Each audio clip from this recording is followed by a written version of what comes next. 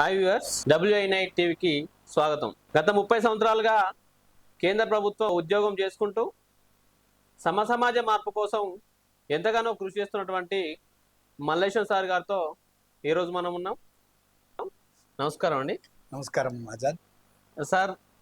నేను విన్నాను మీరు కేంద్ర ప్రభుత్వంలో ఉద్యోగం చేసుకుంటూ ETDCలో ఉద్యోగం చేసుకుంటూ సమాజ మార్పు కోసం ఎంతో కృషి చేస్తున్నారు. అసలు మీ జీవిత నేపథ్యం ఏంటి సార్? అసలు ఎక్కడి నుంచి మీ బ్యాక్గ్రౌండ్ అసలు ఏంటిది అసలు? Thank you Azad. అయితే నేను జనగామ జిల్లా జనగామ పట్టణంలో పుట్టాను. మాది వ్యవసాయ కుటుంబం. మా నాన్న బ్రదర్స్ వ్యవసాయం చేస్తారు. తర్వాత నేను 10th క్లాస్ వరకు జడ్పీ గవర్నమెంట్ స్కూల్లో తెలుగు మీడియంలో చదువుకున్నాను. ఆ తర్వాత ఇంటర్మీడియట్ ఇంగ్లీష్ మీడియం మారాను ఏపీఆర్ చేసి నిమ్మకూరులో. అయితే ఏపీఆర్ చేసి కొంచెం అంత మంచి విద్యార్థులు రావడం, పోటీ పరీక్షల ద్వారా రావడం వల్ల మంచిగా ఉంటాయి కాలేజీలు. అయితే మన స్కూల్లో ఉన్నప్పుడు మనమే టాపర్లము. ఇంటర్మీడియట్కి పోయినప్పుడు మనం చాలా వెనకబడి ఉన్నాం ఆ విద్యార్థులతో కంపేర్ చేసి. మన కారణం ఏంటంటే మనకు ఇంగ్లీష్ రాకపోవడము, వెనకబడము, ఒక పుస్తకం చదివితే మనకు అర్థం కాకపోవడం, ఇట్లాంటి సమస్యలు ఉండేవి. అయితే ఆ మిత్రులను అడిగి ఈజ్ అంటే ఏంటిది, వాజ్ అంటే ఏంటి, చిన్న చిన్న పదాలతో అడిగి తెలుసుకొని ఇంప్రూవ్ అయినాం కదా. ఇంటర్మీడియట్ నా జీవితాన్ని మార్చింది. ఆ తర్వాత నేను ఇంజనీరింగ్ చేశాను. ఇంజనీరింగ్ చేసి తర్వాత ఈ కేంద్ర ప్రభుత్వ ఉద్యోగం సంపాదించాను. మీరు ఉద్యోగం చేసుకుంటూనే ఉచితంగా స్పోకెన్ ఇంగ్లీష్ క్లాస్ నేర్పిస్తున్నారని మేము విన్నాం. అంటే ₹1 కూడా తీసుకోకుండా ఈ రోజుల్లో ఉచితంగా స్పోకెన్ ఇంగ్లీష్ క్లాస్ నేర్పించడం అనేది ఒక గొప్ప విషయం. అసలు ఎందుకు, ఎవరు స్ఫూర్తి తీసుకొని మీరు ఈ స్పోకెన్ ఇంగ్లీష్ క్లాస్ని నిర్వహిస్తున్నారు? అయితే నేను 10th క్లాస్ వరకు తెలుగు మీడియం చదువుకున్నాను. ఇంటర్మీడియట్ ఇంగ్లీష్ పోయినప్పుడు కొంచెం ఇబ్బంది, ఇంగ్లీష్ మీడియం అయినప్పుడు కొంచెం ఇబ్బంది అయింది. మారడానికి 2-3 నెలలు పట్టింది. ఆ తర్వాత కొంచెం ఇంప్రూవ్ అవుతూ హాస్టల్ అవ్వడం వలన హాస్టల్లో విద్యార్థులు కొంచెం మంచిగా బాగా చదివే విద్యార్థులు ఉంటారు కదా, వాళ్ళని చూసి నేర్చుకున్నప్పుడు వాళ్ళు కొంచెం చెప్పారు ఎట్లా చదవాలి, ఏం కథ, ఈజ్ అంటే ఏంటిది, వాజ్ అంటే ఏంటిది. ఒక పుస్తకం చదవడం అనేది ఒక అలవాటు అయింది. అంతకంటే ముందు ఓన్లీ ఎగ్జామ్ అందం ఏదో పాస్ అయ్యేవాళ్ళం, క్లాస్లో బాగానే యాక్టివ్ ఉండేవాళ్ళము. అయితే ఆ తర్వాత అర్థమైంది ఏంటంటే ఓహో మనలాగా ఇంగ్లీష్ మనకి ఇంగ్లీష్ సరిగా రాదని అప్పుడు అర్థమైంది. సో ఇంగ్లీష్ మీద మేము బాగా ఇంట్రెస్ట్ పెట్టేవాళ్ళము. ఇంగ్లీష్ నుంచి వచ్చిన పిల్లలు, ఎంప్లాయీస్ పిల్లలు, ఇంజనీర్ల పిల్లలు, డాక్టర్ల పిల్లలు, వాళ్ళంతా ఇంగ్లీష్ లైట్ తీసుకొని మ్యాథ్స్, సైన్స్ వాటి మీద కాన్సన్ట్రేట్ చేసేవాళ్ళు. సో అట్లా మాకు అర్థమైంది. తర్వాత ఇంజనీరింగ్ చేసి జాబ్లో చేరాం. జాబ్లో చేరిన తర్వాత పిల్లల్ని ఇంటర్వ్యూ చేస్తున్నప్పుడు, ITI డిప్లొమా పిల్లల్ని ఇంటర్వ్యూ చేసినప్పుడు వాళ్ళు కొంచెం వెనకబడి ఉండడం, ఇంగ్లీష్లో మాట్లాడలేకపోవడం చూసి అరే మనలాగా మనం కూడా కొంచెం ట్రైనింగ్ ఇస్తే బాగుంటుంది, పిల్లలకు ఇంగ్లీష్ నేర్పిస్తే వాళ్ళు వాళ్ళ ఉద్యోగానికి, వాళ్ళ జీవితంలో ఎదగడానికి ఉపయోగపడుతుందని అనుకున్నప్పుడు అట్లా ఇంగ్లీష్ క్లాసెస్ ఆర్గనైజ్ చేద్దాం సమ్మర్లో అని చెప్పి మన తోటి మిత్రులు, విద్యార్థి సంఘం నాయకులను కొంతమంది పరిచయం ఉండే వాళ్ళని అడిగితే మంచిది సార్ చేద్దామని అన్నారు. అట్లా స్టార్ట్ చేశాం. ఈ రోజుల్లో బెనిఫిట్ లేకుండా ఈరోజు ఒక స్పోకెన్ ఇంగ్లీష్ క్లాస్ నేర్పుతున్నారంటే, అంటే మీ స్పోకెన్ ఇంగ్లీష్ క్లాస్ పేరేంటి సార్? అసలు అంటే ఏ పేరు పెట్టారు? ఏ పేరు పెట్టి అయితే స్పోకెన్ క్లాస్ మన నేర్పిస్తున్నారు? స్పోకెన్ ఇంగ్లీష్ అంటే మనకు స్ఫూర్తి అంటే 200 సంవత్సరాల కింద జ్యోతిరావు పూలే ఇంగ్లీష్ చదువుకొని, ఆ రోజులలో శూద్రులకు చదువు లేదు. అట్లా అంటే ఉత్పత్తులు చేసేటువంటి శూద్రులు అంటే ఎవరు, గొర్రెలు కాసేటోళ్ళు, చెప్పులు కుట్టేటోళ్ళు, వృత్తులు కుమ్మరి పని చేసేటోళ్ళు, కుండలు చేసేటోళ్ళు, చదువుకునే అవకాశం లేదు. జ్యోతిరావు పూలే ఇంగ్లీష్ ఎడ్యుకేషన్ చదువుకున్న తర్వాత వీళ్ళకి ఎందుకు చదువు లేదు, మహిళలకు చదువు లేదు, వీళ్ళకి ఎందుకు ఉండకూడదని చెప్పి తన భార్యకు చదువు నేర్పించి స్కూల్స్ పెట్టి, 200 సంవత్సరాల కింద పుట్టినటువంటి జ్యోతిరావు పూలే స్కూల్స్ పెట్టి చదువు చెప్పాలని ఆలోచన ఉన్నప్పుడు అట్లాంటి వాళ్ళు గొప్ప వాళ్ళని, అదే వాళ్ళ జీవితమే త్యాగం చేసి ప్రజల కోసం పనిచేసారు. వాళ్ళని ఆదర్శంగా తీసుకొని మనం ఖాళీ టైంలో అంటే మన ఉద్యోగం చేసి మనము, మన పిల్లలు, మన కుటుంబం బాగున్నాం, మనం కొంత సహాయం చేస్తే అంటే వాళ్ళలో ఒక 1% సహాయం చేసిన మంచిదే కదా అని చెప్పి వాళ్ళని ఆదర్శంగా తీసుకొని సావిత్రిబాయి పూలే ఇంగ్లీష్ అకాడమీని పెట్టి ఈ క్లాసెస్ నిర్వహిస్తున్నాం. అంటే గత ఎన్ని సంవత్సరాల నుంచి నడిపిస్తున్నారు సార్ ఇది? ఈ క్లాసెస్ గత 20 సంవత్సరాలుగా నడిపిస్తున్నాము. అయితే మొదట్లో ఏం చేసామంటే సమ్మర్లో లేకుంటే 5-6 నెలలకు ఒకసారి ఎప్పుడన్నా పెట్టేవాళ్ళం, ఏదైనా హాలిడేస్లో పెట్టేవాళ్ళం క్యాంప్ లాగా. ఆ తర్వాత మన కొంతమంది లయన్స్ క్లబ్ మిత్రులు, పీపుల్స్ వెల్ఫేర్ ట్రస్ట్ అని ఈసీఎల్లో ఒక ట్రస్టు ప్లస్ ఇట్లా కొంతమంది మిత్రులు కలిసి ఎప్పుడో ఒకసారి కాదు అసలు ఎవ్రీ మంత్ నడిపిస్తే బాగుంటుందని చెప్పి ఈసీఎల్లో CITO ఆఫీస్ వాళ్ళు మనకు స్థలం ఇచ్చారు వాడుకోవడానికి. ఆ స్థలం వాడుకొని లయన్స్ క్లబ్ మనం కలిసి ఎవ్రీ మంత్ ఒక ప్రోగ్రామ్ నడిపించేటట్టుగా గత ఒక 10 సంవత్సరాల నుంచి నడిపిస్తూ ఉన్నాం. అయితే కరోనా వచ్చినప్పటి వరకు ఎవ్రీ మంత్ ఈవినింగ్ పూట నడిపించాం. అయితే ఎవరికి నడిపించినప్పుడు విద్యార్థులు, యువకులు, మహిళలు అందరూ వచ్చేవాళ్ళు. దాని ఇన్స్పిరేషన్తో కొనసాగిస్తున్నాం. అంటే ఇప్పుడు దీన్ని ఓన్లీ ఈ పట్టణ ప్రాంతాలనే మీ స్కూల్ స్పోకెన్ ఇంగ్లీష్ నడిపిస్తున్నారు, అయితే గ్రామీణ ప్రాంతాల్లో ఇప్పుడు ఎక్కువ మంది పట్టణ ప్రాంతాల్లో ఎక్కువ మంది ఇంగ్లీష్ చదువుతున్నారు, ఇంగ్లీష్ మీడియం స్కూల్ ఉన్నాయి. అంటే ఇప్పుడు గ్రామీణ ప్రాంతాలు, గిరిజన ప్రాంతాలు కావచ్చు, అలా ఉన్నాయి కదా సార్. అక్కడ కూడా మరి ఇంగ్లీష్ తక్కువగా అంటే చెప్పేవాళ్ళు స్కూల్ కావచ్చు, ప్రైవేట్ స్కూల్ తక్కువగా ఉంటాయి కాబట్టి అక్కడి వరకు మీదైనా వ్యాప్తి చెందిందా, లేకపోతే ఓన్లీ పట్టణ ప్రాంతాలకే ఉన్నదా? అయితే మొదట్లో ఓన్లీ పట్టణ ప్రాంతాలలో చేశాము. ఆ తర్వాత మన మిత్రులతో డిస్కస్ చేసినాక హాలిడేస్లలో విలేజ్లలో అంటే మనకి ఎన్ని విలేజ్లలో వీలైతే అన్ని విలేజ్లలో క్యాంప్స్ పెట్టేసేసి ఒక 3 days క్యాంపు లేకుంటే 1 week క్యాంప్ అట్లా లేకుంటే ఒక సండే క్యాంప్ అట్లా పెట్టి పట్ట అంటే విలేజ్లో కూడా కొంచెం ఫిజికల్ క్లాసెస్ పెట్టాం అంటే ఆఫ్లైన్గా. ఆ తర్వాత ఏమైంది అంటే మనకి సరిపోకపోవడం బలము అంతలో కరోనా రావడం.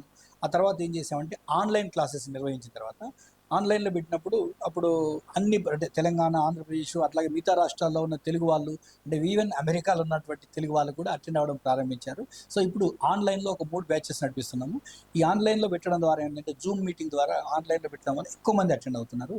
ఇది ఓన్లీ పట్టణాలకే కాకుండా అన్ని ప్రాంతాలు అంటే శ్రీకాకుళము ఆదిలాబాదు మన అల్లూరు సీతారామరాజు జిల్లా అన్ని జిల్లాల నుంచి అటెండ్ అవుతున్నారు. ఇప్పుడు అంటే ఎక్కువ మంది అంటే ఇప్పుడు మేము ఇదివరకు 2-3 టీచ్ చేసే వాళ్ళు ఉండేవాళ్ళం. ఇప్పుడు చాలా మంది టీచర్లు ఒక 50 మంది వరకు టీచర్లు తయారై వాళ్ళకు సాధ్యమైన కాడికి వాళ్ళ ప్రాంతాలలో వాళ్ళు టీచ్ చేస్తున్నారు. ప్లస్ ఆన్లైన్లో ఎవ్రీ మంత్ 3 బ్యాచెస్ నడిపిస్తున్నారు. అంటే ఇప్పుడు మీరు 50 మంది టీచర్లు తయారయ్యాలని చెప్తున్నారు కదా సార్.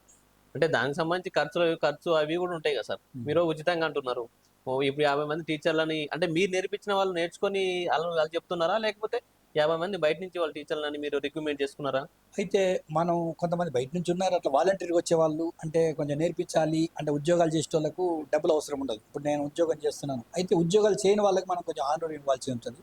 సో అట్లా ఉద్యోగం చేయకుండా మన స్పోకెన్ ఇంగ్లీష్ క్లాసెస్ చెప్పే వాళ్ళకు ఆనోరియం ఇస్తున్నాం. అట్లా మన దగ్గర నేర్చుకుని పోయిన వాళ్ళు చాలామంది ఉన్నారు. వాళ్ళు కూడా టీచర్లు అయ్యారు, వాలంటీర్గా వస్తున్నారు. అయితే వాళ్ళకు కొంచెం ఆనోరియం ఇస్తున్నప్పుడు కొంచెం డబ్బులు అవసరం పడితే కనుక మనం ఇట్లా మంచి వర్క్ చేస్తున్నామని చెప్పేసి మనలాంటి మిత్రుల్ని ఎవరన్నా మీరు క్లాసెస్ పెట్టినాక ఈ క్లాసెస్ అటెండ్ అయ్యేటోళ్ళు కొంతమంది అప్పుడు డబ్బులు పే చేయగలిగే వాళ్ళు ఉంటారు. క్లాసెస్ అయిపోయాక మీరు కూడా ఇట్లాంటి ప్రోగ్రామ్స్ పెంచడానికి ఏమైనా సహాయం చేయగలిగితే చేయండి అని చెప్పినప్పుడు వాళ్ళు వాలంటరీగా మేము కొంచెం కంట్రిబ్యూట్ చేస్తాం సార్ ఇది మా ప్రాంతాలలో పెట్టడానికి అని చెప్పి కొంత కంట్రిబ్యూట్ చేస్తున్నారు. సో అట్లా కంట్రిబ్యూట్ చేయడం వల్ల మనకు ఆ టీచర్లకు కూడా కొంచెం ఏమైనా హానోరియం కూడా ఇవ్వగలుగుతున్నాం. అంటే కొన్ని చోట్ల అవసరమైనప్పుడు అంటే ఉద్యోగాలు చేసే వాళ్ళకి అవసరం ఇవేమి పే చేయము. అయితే ఉద్యోగాలు చేయకుండా ఓన్లీ మన స్పోకెన్ ఇంగ్లీష్ క్లాసెస్ కండక్ట్ చేసే వాళ్ళకు మనం కొంచెం హానోరియం కూడా ఇస్తున్నాం. పట్టణ ప్రాంతాల మంది చాలా మంది ఇంగ్లీష్ మీడియం చదువుతున్నారు కదా.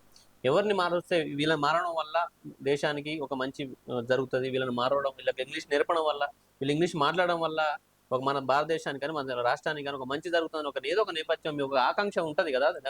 అయితే ఈరోజు మనం అర్థం చేసుకోవాల్సింది ఏంటంటే ప్రపంచంలో ఒక 5,000 నుంచి 8,000 భాషలు ఉన్నాయి. ప్రతి భాష గొప్పదే. ఈ అన్ని భాషలు ఉన్నాయి. అయితే ఎవరి మాతృభాష వాళ్ళకి గొప్పది. మనకు తెలుగు గొప్పది, ఎవరి మాతృభాష వాళ్ళకి గొప్పది. అయితే ఈరోజు గత 200 సంవత్సరాలలో సైన్స్ అండ్ టెక్నాలజీ బాగా అభివృద్ధి అయింది. ఈ సైన్స్ అండ్ టెక్నాలజీ ఎక్కువ యూరోప్లో డెవలప్ కావడము, యూరోప్లో ఇంగ్లీష్ వాడడము.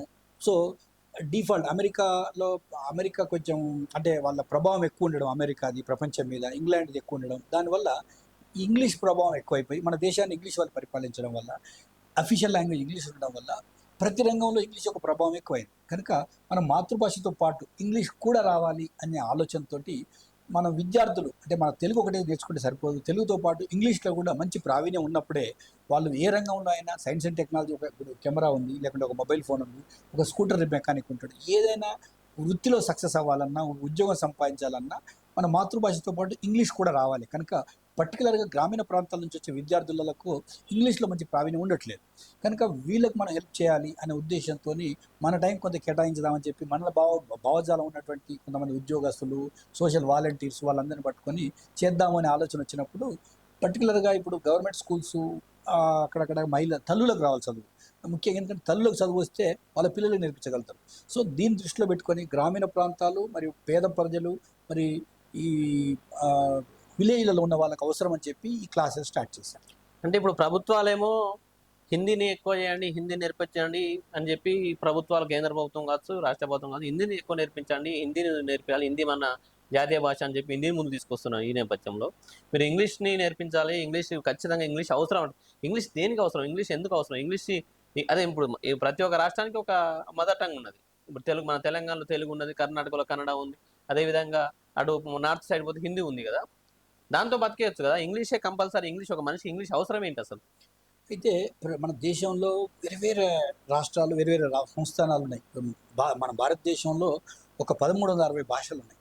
ఆ 1360 అంటే డైలెక్ట్స్ ఉంటాయి. అయితే ఆ 1360 అంటే 120 భాషల్లాగా ఉంటాయి. ఈ 122 భాషలలో 22 భాషలు మన రాజ్యాంగంలో రాసుకున్నాం. ప్రతి భాష ఇంపార్టెంట్. అయితే మన రాజ్యాంగం రాసుకున్నప్పుడు ఏం చెప్పారంటే అప్పుడు అఫీషియల్ లాంగ్వేజ్ ఇంగ్లీష్ నడుస్తుంది. రాజ్యాంగంలో ఏం రాసుకున్నారంటే ఒక 15 సంవత్సరాలు ఇంగ్లీష్ను వాడి ఇంగ్లీష్ తీసేసి మాతృభాష హిందీ పెడదామని ఆలోచన వచ్చింది. ఎందుకు వచ్చింది అని అంటే ఈ భారతదేశంలో ఉన్నటువంటి ఎక్కువ స్వాతంత్ర పోరాటంలో పాల్గొన్న వాళ్ళు నార్త్లో ఉండడం, నార్త్ నుంచి ఒక 3-4 రాష్ట్రాలలో హిందీ వాడడం వల్ల హిందీనే పెడదాం అనుకున్నప్పుడు మిగతా వాళ్ళందరూ కూడా ఒప్పుకున్నారు ఆ హిందీ పెడదామంటే సరైతే అని. కానీ అట్లా హిందీ పెడితే లోకల్ భాషలు దెబ్బతింటాయని వాళ్ళు అనుకోలేదు. దాంట్లో భాగంగా ప్రపంచంలో ఎక్కడ లేని విధంగా త్రిభాషా సిద్ధాంతం అని ఒకటి పెట్టారు. అవసరం లేదు. యాక్చువల్గా ఏంటంటే అసలు పిల్లలకు చదువు నేర్పించేది ఎందుకు అంటే వాళ్ళు చదువుకొని విజ్ఞానవంతులై వాళ్ళు బాగుపడాలి, దేశానికి సేవ చేయాలి. అందులో భాగంగా ఒక మాతృభాష ఇప్పుడు ఇంగ్లీష్ ఇంటర్నేషనల్ లాంగ్వేజ్ అయితే ఇంగ్లీష్ నేర్చుకుంటే సరిపోతుంది. హిందీ అనేది మాతృభాష నార్త్లో కొన్ని రాష్ట్రాలలో ఉంది. మన తెలుగు ఎట్లనో హిందీ కూడా ఒక మాతృభాష. సో హిందీ భాష వాళ్ళు నేర్చుకుంటే ఇక్కడ తెలుగు భాష తమిళ్ మరాఠీ నేర్చుకుంటారు. 2 భాషలు చాలు. కానీ మన పాలకులు ఏం ఆలోచించారంటే 3 భాషలు పెడితే బాగుంటుందేమని చెప్పి త్రిభాష ప్రపంచంలో ఎక్కడా లేదు. ఇట్లా 3 భాషలు నేర్చుకోవాలని అనవసరం కూడా. ఇంకోటి ఏంటంటే పిల్లలకు ఎక్కువ భాషలు నేర్పిస్తే అసలు నేర్చుకోవాల్సినటువంటిది సైన్స్ సోషల్ స్టడీస్ నేర్చుకోవాలి కదా. అసలు నేర్చుకోవాల్సింది సైన్స్ సోషల్ స్టడీస్. ఇవి నేర్చుకుంటే వాళ్ళ జీవితానికి ఉపయోగపడతాయి. ఇవి వదిలేసేసి భాషలు నేర్పించుకుంటూ పోతే చదువులో సగం కంటే ఎక్కువ ఈ భాషలకే ఉండిపోవడం వల్ల వాళ్ళ జ్ఞానం వాళ్ళ కాన్సన్ట్రేషన్ భాషల మీదకి పోయి ఈ సబ్జెక్టుల మీద అంటే సైన్స్ సోషల్ స్టడీస్ మీద కాన్సన్ట్రేషన్ తగ్గుతుంది, విద్యార్థులకు బరువు అవుతుంది. కనుక ఒక మాతృభాష ఒక ఇంగ్లీష్ భాష నేర్చుకుంటే చాలు. అయితే నార్త్ పోయినప్పుడు అంటే నార్త్లో వాళ్ళు ఇంగ్లీష్ నేర్చుకుంటారు, మనం ఎట్లయితే ఇంగ్లీష్ నేర్చుకుంటున్నామో వాళ్ళు ఇంగ్లీష్ నేర్చుకుంటున్నారు. అయితే హిందీ నేషనల్ భాష అనేది జాతీయ భాష అనేది తప్పు. అఫీషియల్ లాంగ్వేజ్ కింద ఇంగ్లీష్ హిందీ వాడదామన్నారే కానీ అయితే హిందీ జాతీయ భాష కాదు. 22 భాషలు జాతీయ భాషలు. కనుక ఒక మాతృభాష ఒక ఇంగ్లీష్ నేర్చుకుంటే చాలు. అయితే హిందీ నేర్చుకుంటే మంచిది, అంతేగాని కంపల్సరీ నేర్చుకుందామనడం కరెక్ట్ కాదు. అయితే మన పాలకులు కూడా అట్లా హిందీ 3 భాషలు అని చెప్పేసి విద్యార్థులకు బర్డెన్ చేయడం తప్పితే ఇంకేమీ లేదు. అంటే ఇప్పుడున్న మన విద్యార్థుల విద్యా వ్యవస్థలో మన స్కూళ్ళలో చూసినట్టు ఇప్పటికి కూడా Telugu medium government school Telugu మీడియంతో రన్ అవుతున్నాయి. ఇప్పుడు రీసెంట్ గా ఒక సంవత్సరం 6th క్లాస్ నుంచి ఇంగ్లీష్ మీడియం పెడుతున్నాం అది పెడుతున్నాం అని చెప్తున్నారు. అది కూడా అప్పుడున్నటువంటి ఉపాధ్యాయులతోనే వాళ్ళకి సగం సగం అరకు ఒక ఇంగ్లీష్ వస్తున్నది, వాళ్ళకి ఇంగ్లీష్ రాని వాళ్ళతోనే ఇంగ్లీష్ మీడియాలు నడిపిస్తూ ఉన్నారు. మీ కళ్ళతో చూస్తూ ఉన్నాం. ఇప్పుడు గ్రామీణ ప్రాంతాలకు పోతే ఒక 30 సంవత్సరాల కింద ఉన్నటువంటి ఉపాధ్యాయులు ఎవరైతే ఉన్నారో తెలుగు మీడియం బోధించే ఉపాధ్యాయులు ఉన్నారో వాళ్ళతోనే ఇంగ్లీష్ మీడియం స్కూల్ నడిపిస్తున్నారు. దానివల్ల విద్యార్థులకు వచ్చేటువంటి ఇంగ్లీష్ కానీ ఆంగ్లం కానీ ఇప్పుడు ఇంకోటి ఏంటంటే తెలుగు హిందీ 3 భాషలు అని చెప్పేసి అదేవిధంగా first language second language third language ఇంగ్లీష్ని విద్యార్థులకు దూరం చేస్తున్నారని చెప్పి నేను అంటున్నాను. ఇప్పుడు ప్రభుత్వాలు ఏం చేస్తే ఇంగ్లీష్కు పిల్లల దగ్గరికి అవుతారు? అయితే మనం చేసిన పొరపాటు ఏంటంటే కూడా గత చాలా సంవత్సరాలుగా మాతృభాష అంటే ఓన్లీ తెలుగు మీడియంలో పెట్టడం వల్ల అయితే ప్రపంచ స్థాయి వనరులన్నీ తెలుగు మీడియంలో లేవు. అంటే కొంచెం ప్రాథమిక స్థాయిలో తెలుగు మీడియంలో ఉన్నప్పటికీ ఈ ప్రపంచ స్థాయి వనరులు ఇప్పుడు artificial intelligence, computers, security, cyber security ఇవన్నీ ఎన్నో ఉన్నాయి. రాకెట్స్, సైన్స్, విశ్వము ఇవన్నీ ఉంటాయి. ఇవన్నీ తెలుగులో ఉండవు. అట్లాగే లోకల్ లాంగ్వేజ్లలో దొరకవు. అట్లాగే ఇప్పుడు మన దేశం అనేది వేరు వేరు భాషలు ఉన్నాయి కనుక ఇవన్నీ కూడా ఆ భాషలలో అందుబాటులో తేవడం కష్టమైన పని. అయితే మన ప్రభుత్వాలు కూడా హిందీకి ఇంపార్టెన్స్ ఇచ్చి ఇప్పుడు సెంట్రల్ గవర్నమెంట్ ఉద్యోగాలకు ఏవైనా పోటీ పరీక్షలకు హిందీ కానీ ఇంగ్లీష్ కానీ పెట్టారు, కానీ లోకల్ లాంగ్వేజ్ పెట్టలేదు.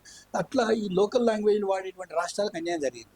సో ఇప్పుడు న్యూ ఎడ్యుకేషన్ పాలసీలో మాతృభాషలో విద్యా బోధన అని చెప్పారు. అది కూడా ఒకటి అభివృద్ధికరమైన పాయింట్ అని నేను అనుకోవట్లేదు, నా వ్యక్తిగత అభిప్రాయం. ఎందుకు అనంటే ఈరోజు ఆర్టిఫిషియల్ ఇంటెలిజెన్స్, కంప్యూటర్స్ వచ్చినటువంటి తరుణంలో ఒక మాతృభాషలో తెలుగు మీడియం చదివిన విద్యార్థి ఇంగ్లీష్ మీడియం విద్యార్థి కంపేర్ చేసినప్పుడు ఇంగ్లీష్ మీడియంలో చదివిన విద్యార్థి ఒకసారి 2వ తరగతికి వచ్చిన తర్వాత ఇంగ్లీష్ వచ్చేస్తుంది. ఇంగ్లీష్ వచ్చినాక ప్రపంచంలో ఉన్న వనరులు ఏవైనా అందుకోగలుగుతాడు అలా. అదే తెలుగు మీడియం చదివిన విద్యార్థికి తెలుగులో అన్ని అందవు. సో డెఫినెట్గా ఆ తెలుగు మీడియంలోనే చదివిన విద్యార్థి కొంచెం వెనుకబడతాడు. కనుక ప్రపంచవ్యాప్తంగా గ్లోబల్గా అందరికీ ఇంగ్లీష్ మీడియంలో ఉండాల్సిన అవసరం ఉంది. దాంతోపాటు వాళ్ళ మాతృభాష ఉండాలి. సో అట్లా ఉంటే ఏమవుతుందంటే ప్రపంచ స్థాయి వనరులు అందరికీ అందినప్పుడు వాళ్ళు ఏ రంగంలో ఎదగాలో ఆ రంగంలో వెళ్తారు. ఒక మాతృభాష ఇంగ్లీష్ నేర్చుకుంటే సరిపోతుంది. సో అట్లా పర్టికులర్గా ఇప్పుడున్న పరిస్థితుల్లో ఏమవుతుందంటే ప్రభుత్వ స్కూళ్ళలోనేమో పేదలు మాతృభాష చదువుతున్నారు. ఈ ప్రైవేట్ స్కూళ్ళల్లో CBSE syllabus, ICSE, IB syllabus అని చెప్పేసి ఉద్యోగస్తుల పిల్లలు, రాజకీయ నాయకుల పిల్లలు ఇంగ్లీష్ మీడియంలో చదువుతున్నారు. సో అట్లా అన్యాయం జరుగుతూ వాళ్ళే రేపు కలెక్టర్లు, జడ్జిలు అంటే గొప్ప గొప్ప ఉద్యోగాలు అని వాళ్ళే చేస్తున్నారు, బిజినెస్లు వాళ్ళే చేస్తున్నారు, కంపెనీ సీఈఓలు వాళ్ళే అవుతున్నారు. గ్రామీణ ప్రాంతాల పిల్లలకు అన్యాయం జరుగుతుంది కనుక గ్రామీణ ప్రాంతాలకు కూడా విద్యార్థులకు కూడా మంచి ఇంగ్లీష్ వస్తే వీళ్ళతో పోటీ పడగలుగుతారు. ఇలా Oakridge, Delhi public school, Hyderabad public school ఇట్లాంటి ఒక రెకల్ఫోర్డ్ ఇట్లాంటి ఇంగ్లీష్ ఇంటర్నేషనల్ స్కూల్స్ ఉన్నాయి. ఒక్కొక్కసారి సంవత్సరానికి 5 లక్షలు, 10 లక్షలు, 20 లక్షలతో వసూలు చేసే ఇంటర్నేషనల్ స్కూల్స్ ఉన్నాయి. ఆ విద్యార్థులతో మన గవర్నమెంట్ స్కూల్లో చదివే విద్యార్థులు కూడా పోటీ పడాలి అని అంటే మన విద్యార్థుల గవర్నమెంట్ స్కూల్లో చదివే పేద విద్యార్థులందరికీ కూడా మంచి ఇంగ్లీష్ కనుక వస్తే వాళ్ళు తప్పకుండా ఇంటర్నేషనల్ స్కూల్లో చదివే విద్యార్థులతో పోటీ పడగలుగుతారు.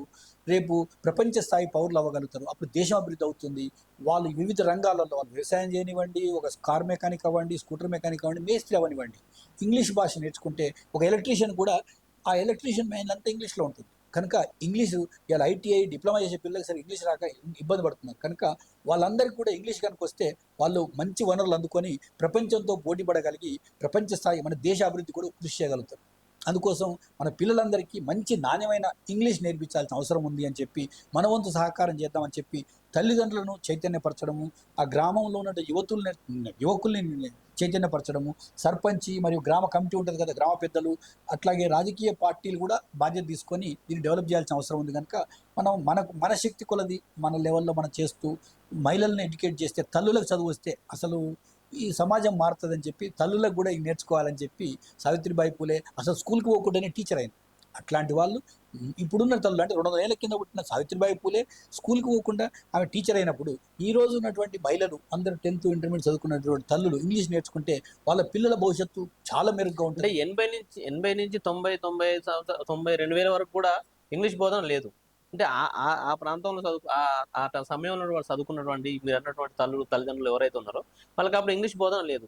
వాళ్ళు ఇప్పుడు మీరు నిర్వహిస్తున్నటువంటి ఇంగ్లీష్ ఆన్లైన్ క్లాస్ కావచ్చు, ఆఫ్లైన్ క్లాస్ వస్తే వాళ్ళకి ఈజీగా ఇంగ్లీష్ నేర్చుకోవచ్చా? తప్పకుండా. మంచి ప్రశ్న అడిగారు ఆజాద్ గారు. అసలు ఇంగ్లీష్ భాష కాదు, అసలు ఏ భాష అయినా, ప్రపంచంలో ఏ భాష అయినా ఈజీ. మీరు ఏ భాష అయినా చెప్పండి, ఒక 3 నెలలు నేర్చుకోవచ్చు. ఇంకా ఇంగ్లీష్ భాష ఇంకా ఈజీ. ఎందుకు అనంటే వివిధ మాతృభాషలు తమిళ్, కన్నడ, మరాఠీ, హిందీ మాట్లాడే వివిధ మాతృభాషలు ఉన్నప్పటికీ కూడా మనం వాడుక భాషలో డైలీ ఒక 50-30% ఇంగ్లీష్ పదాలే ఉంటాయి. కనుక ఇంగ్లీష్ భాష నేర్చుకోవడం ఇంకా ఈజీ. అసలు ప్రపంచంలో ఏ భాషనైనా సరే ఏం చదువుకున్న వాళ్ళకు ఒక 3 నెలల్లో నేర్పించవచ్చు. అయితే ఇంగ్లీష్ భాష ఇంకా ఈజీగా నేర్పించవచ్చు. మీరు ఎవరినైనా చదువు రావాలో తీసుకురండి, అంటే 10 సంవత్సరాల నుంచి పెద్దవాళ్ళు ఎవరినైనా ఒక 3 నెలల్లో ఇంగ్లీష్ నేర్పించేయచ్చు. అంటే ఇప్పుడు గ్రామీణ ప్రాంతాల నుంచి హైదరాబాద్కి వచ్చే చాలా మంది పని కోసం వస్తారు సార్. వాళ్ళు ఈజీగా హిందీ నేర్చుకుంటున్నారు. హిందీ ఎట్లా అంటే వాళ్ళ వాడకతో నేర్చుకుంటున్నారు, కానీ వాళ్ళు ఇంగ్లీష్ మాట్లాడడానికి భయపడుతున్నారు. అంటే మోమాటం. అంటే ఇప్పుడు హిందీ చుట్టుపక్కల వాళ్ళు మాట్లాడుతున్నారు, హిందీ మాట్లాడుతున్నారు. ఇంగ్లీష్ మాట్లాడితే స్టైల్ కొడుతున్నాడు, ఇంగ్లీష్ ఏంది అని అనడం వల్ల పదాలు ఇంగ్లీష్ పదాలు వాడుతున్నారు, క్రియలు మాత్రం తెలుగు క్రియలు వాడుతుంటారు. కనుక ఆ క్రియ కూడా ఇంగ్లీష్లో మాట్లాడి హిందీ మాట్లాడినట్టుగా ప్రాక్టీస్ చేస్తే వచ్చేస్తుంది. అందుకోసం ఏంటంటే మన మాతృభాషలు వాడితే మాతృభాష వాడు, లేకుంటే ఇంగ్లీష్ వాడడం కనుక ప్రారంభిస్తే ఆటోమేటిక్గా ఇంగ్లీష్ వస్తుంది. కనుక చెప్తున్నాం కదా, మేము చాలామంది ప్రయోగం చేశాం. మా పూలే ఇంగ్లీష్ అకాడమీ నుంచి అసలు ఈ స్కూల్కే పోని వాళ్ళు ఇంగ్లీష్ నేర్చుకొని టీచర్లు అయ్యారు. 2వ తరగతి 3వ తరగతి చదివినటువంటి ఎప్పుడో చదివిన వాళ్ళు 50 సంవత్సరాలు 60 సంవత్సరాలు ఉన్నటువంటి మహిళలు, పురుషులు ఇంగ్లీష్ నేర్చుకొని వాళ్ళు ఇంగ్లీష్ బోధిస్తున్నారు మిగతా మహిళలకు. కనుక మేము బెస్ట్ ఎగ్జాంపుల్ వాళ్ళని కూడా ఒకసారి ఇంటర్వ్యూ చేపిస్తాం మీకు. అసలు స్కూల్కే పోయినటువంటి వాళ్ళు టీచర్లు అయ్యారు. సో అట్లా ఎవరైనా సరే, కానీ మన మెదడులో ఒక భయం ఉంటుంది, అబ్బో ఇంగ్లీష్ చాలా కష్టమైన భాష, చదువుకున్న వాళ్ళకే వస్తుంది, బడికి పోయిన వాళ్ళకి వస్తుంది, మనం తెలుగు మీడియం చదువుకున్నామని అనుకుంటుంటారు. కానీ ఏమి కాదు. చదువుకున్న వాళ్ళు 10th క్లాస్ వరకు చదువుకున్న వాళ్ళు ఒక 1 నెల రోజులలో ఇంగ్లీష్ నేర్చుకోవచ్చు, బేసిక్ ఇంగ్లీషు. దాంతో మాట్లాడగలుగుతారు, చదవగలుగుతారు. ఒక ఏమి చదువు రాని వాళ్ళు అసలు ఇంగ్లీష్ రాయడం చదవడం, అసలు ఇంతవరకు ఇంగ్లీష్ రాయడం చదవడం రాని వాళ్ళకి కూడా ఇంగ్లీష్ నేర్పగలుగుతారు. Yes sir, thank you Azad గారు. అవును, ఏమి చదువుకోని వాళ్ళు అసలు స్కూల్కే మోకానమని ఏబిసిడీలు రావు, ఆల్ రాను వాళ్ళకు కూడా వాళ్ళకి గనుక నేర్చుకోవాలి, మేము నేర్చుకుంటామని పట్టుదల ఉంటే 3 నెలలలో ఇంగ్లీష్ నేర్పించగలం. 3 నెలలు. ఎస్, ఏబిసిడీలు నేర్పిస్తాం, చదవడం రాయడం నేర్పిస్తాం. సో అట్లా 3 నెలల్లో వాళ్ళు మామూలుగా మనం ఇంగ్లీష్ మాట్లాడినట్టుగా my name is Mallesham, I'm living in Hyderabad, అట్లా డిడ్ యూ ఈట్ ఫుడ్, ఇట్లాంటి బేసిక్ కమ్యూనికేషన్ చేయగలుగుతాం. ఇంకా తర్వాత వాళ్ళు అట్లాగే వాళ్ళు చదువుకొని పిల్లల పుస్తకం చదివి ఎక్స్ప్లెయిన్ చేయగలుగుతారు, ఆ స్థాయికి వస్తారు. కనుక మీరు ఎవరైనా తీసుకోవచ్చు, 3 నెలలు నేర్చుకుంటారు. కానీ చిన్న విషయం భాష అనేది. కనుక ఒకసారి భాష నేర్చుకున్నాక జ్ఞానం మీద కాన్సన్ట్రేట్ చేయాలి. సోషల్ స్టడీస్, సైన్స్, మనం అభివృద్ధి చేయడం ఎట్లా, ఈ అసమానతలు ఎందుకున్నాయి, ఈ కులాలు ఎందుకున్నాయి, మతాలు ఎందుకున్నాయి, శాస్త్రీయ మూఢ విశ్వాసాలు ఎందుకున్నాయి, చేతబడి ఇట్లాంటి ఎందుకున్నాయి అనే దాని మీద వాళ్ళు నేర్చుకోగలుగుతారు. అది జరగాలని మేము జ్యోతిరావు పూలేను, అంబేద్కర్ను ఆదర్శంగా, సావిత్రిబాయి పూలేను ఆదర్శంగా తీసుకొని ముందు తీసుకెళ్తాం ఈ కార్యక్రమాన్ని.